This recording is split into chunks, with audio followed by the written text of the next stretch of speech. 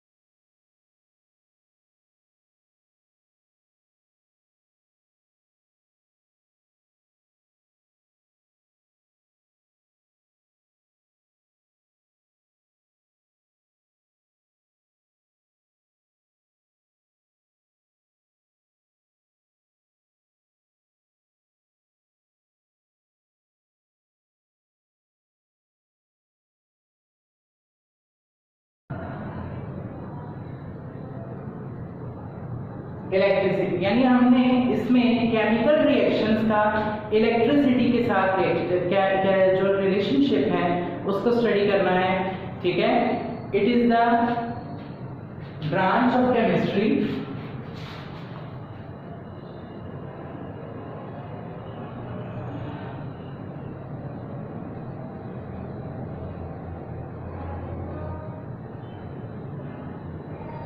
that deals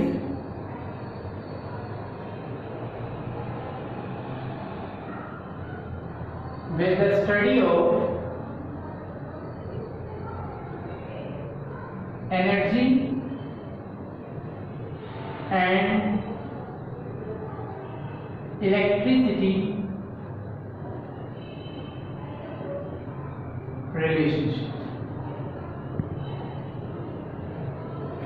यानी इसमें हमने क्या करना है, इलेक्ट्रिसिटी और एनर्जी का हमने रिलेशनशिप देखना है। ठीक है, इलेक्ट्रोकेमिस्ट्री बेसिकली कन्वर्जन है केमिकल एनर्जी की इलेक्ट्रिकल एनर्जी में और इलेक्ट्रिकल एनर्जी की केमिकल एनर्जी में। ठीक है, it is the conversion of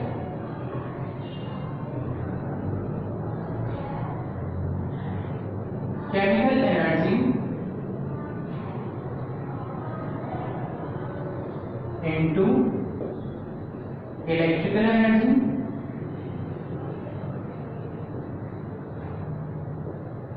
and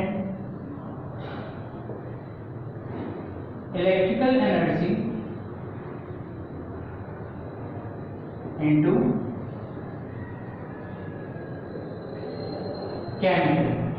इसके लिए हम वाइस वर्सा का वर्ड भी यूज कर सकते हैं।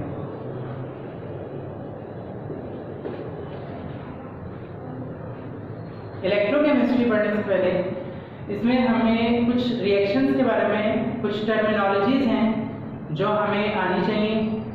अगर हमें वो टर्मिनोलॉजीज पता होंगी तो हम इस चैप्टर को बहुत फ्लोली अच्छे से पढ़ सकेंगे। तो सबसे पहले है स्पॉन्टेनियस और नॉन स्पॉन्टेनियस रिएक्शन।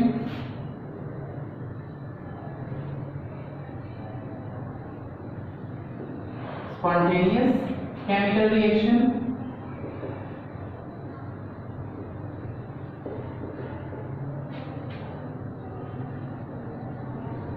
स्पॉन्टेनियस जो है इसका मतलब होता है खुद ब खुद होने वाला रिएक्शन। ये वो रिएक्शन है जिसको सिर्फ स्टार्ट करवाना पड़ता है आपको, उसके बाद ये रिएक्शन खुद ब खुद होना शुरू हो जाता है। ठीक है, यानी it is the chemical reaction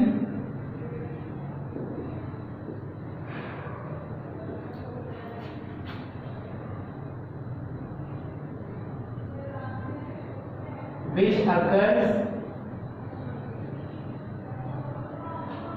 without any external agent, without any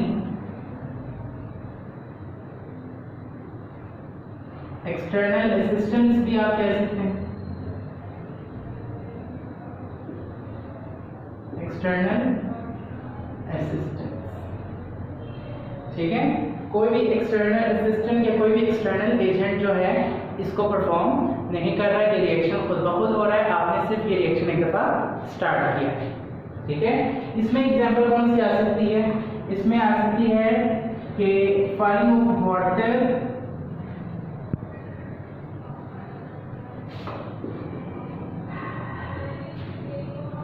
uphill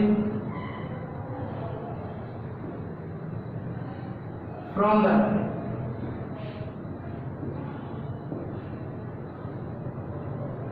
to ground.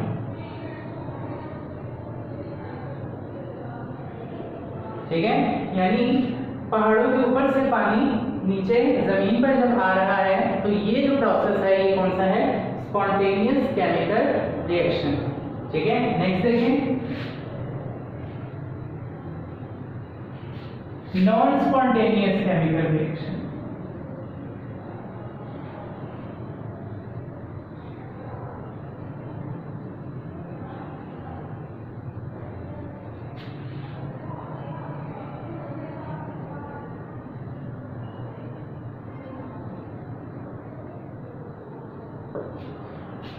Non spontaneous chemical reaction ऐसा केमिकल रिएक्शन है जो कि खुद ब खुद नहीं होता।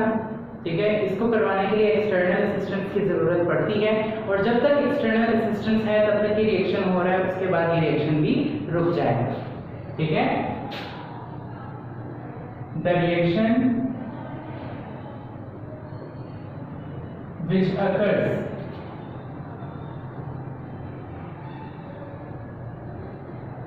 with the help of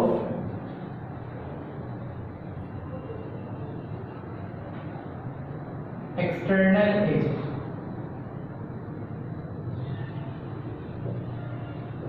ठीक है, अब इसमें एग्जांपल क्या आ जाएगी?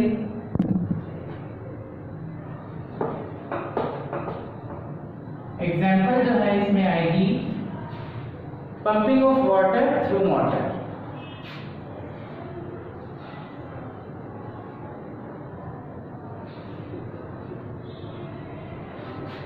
बाय मोटर या इलेक्ट्रिक मोटर भी आप कह सकते हैं। मोटर के जरिए आप जब वाटर को पंप करते हैं ऊपर तो उसको क्या हम कहेंगे? नॉन स्पॉन्टेनियस केमिकल रिएक्शन है, यानी वो केमिकल रिएक्शन है ये जो खुद ब खुद नहीं हो रहा, आपको करवाना पड़ रहा है। जितनी देर तक पंप कर रहा होगा मोटर से उतनी देर तक वो पंप करेगा, उसके बाद वो नहीं करेगा। तो अगर केमिस्ट्री की एग्जाम्पल देखें तो स्पॉन्टेनियस में आ जाती है गैल्वेनिक सेल की एग्जांपल। ठीक है, जबकि नॉन स्पॉन्टेनियस में आ जाती है इलेक्ट्रोलाइटिक सेल की एग्जांपल। ठीक है, इनको इंशाल्लाह हम आगे पढ़ेंगे। ठीक है, नेक्स्ट है हमारे पास जो नेक्स्ट टर्मिनोलॉजी है वो है ऑक्सीडेशन और रिडक्शन। ठीक है,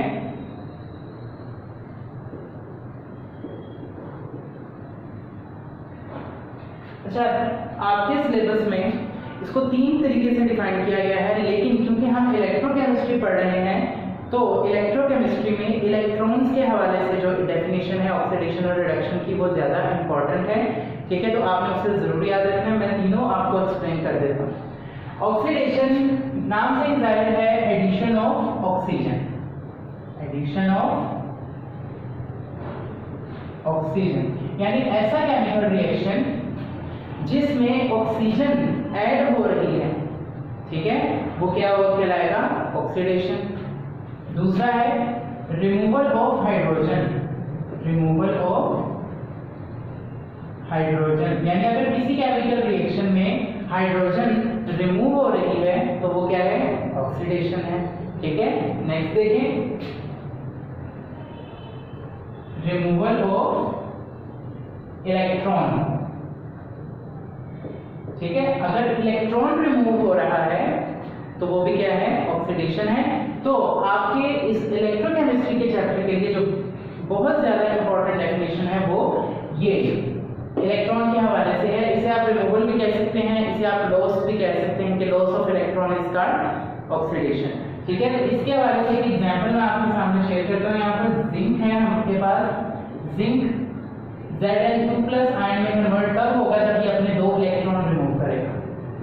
ठीक है, किसी भी एलिमेंट के ऊपर, किसी भी एटम के ऊपर प्लस चार्ज जितना ज्यादा होगा उतने ही इलेक्ट्रॉन उसने रिमूव किए होंगे। यानी अगर इसके ऊपर +2 चार्ज है तो इसका मतलब इसने कितने इलेक्ट्रॉन रिमूव किए हैं?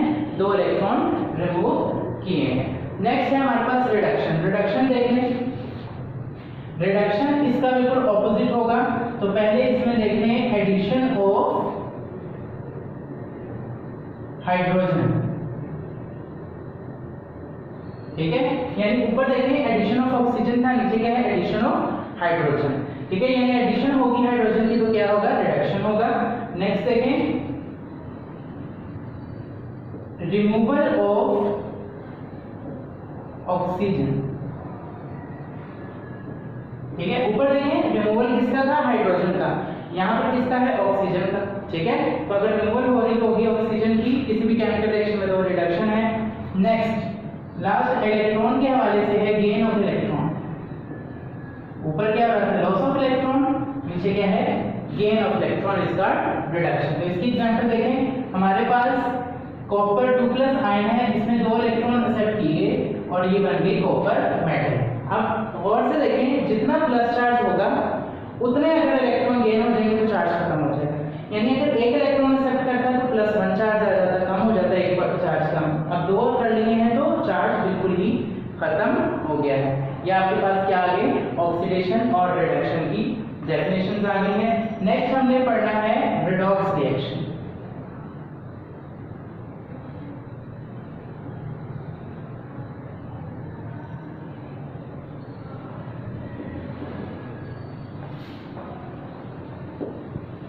अच्छा जी, रिडॉक्स रिएक्शन क्या है? इसे हम ऑक्सीडेशन रिडक्शन रिएक्शन भी कहते हैं।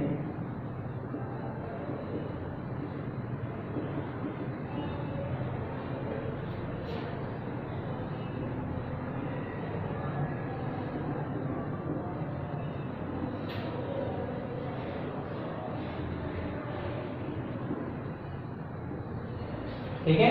अच्छा, ऑक्सीडेशन रिडक्शन रिएक्शन क्या है?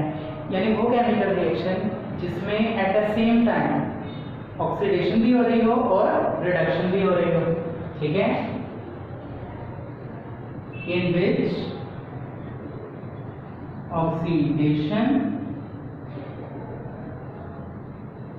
एंड रिडक्शन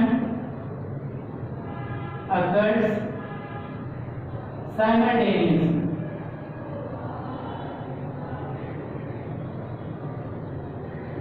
ठीक है। साइमल्टेनियसली का मतलब है एक ही वक्त में आपका ये केमिकल रिएक्शन जो है उसमें ऑक्सीडेशन भी हो रही है और रिडक्शन भी हो रही है। इसकी एग्जांपल देख लें। Zn plus Cu2 plus Zn2 plus और Cu।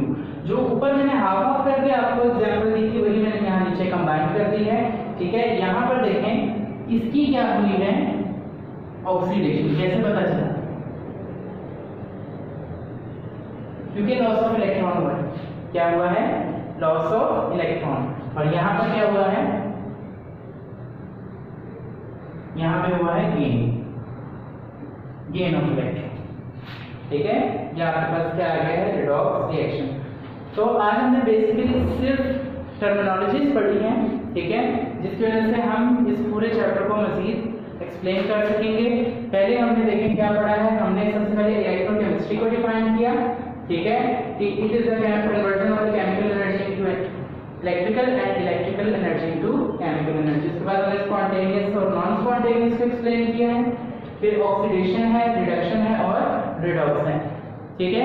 नेक्स्ट लेक्चर में हम आगे मजीद टॉपिक पढ़ेंगे, ऑक्सीडेशन के बारे में पढ़ेंगे, ठीक है। अगर आपको ये लेक्चर पसंद आया हो लाइक कीजिएगा, शेयर कीजिएगा और चैनल पे नहीं है तो सब्सक्राइब कर लीजिएगा और बेल आइकन को प्रेस कीजिएगा। Thank you very much.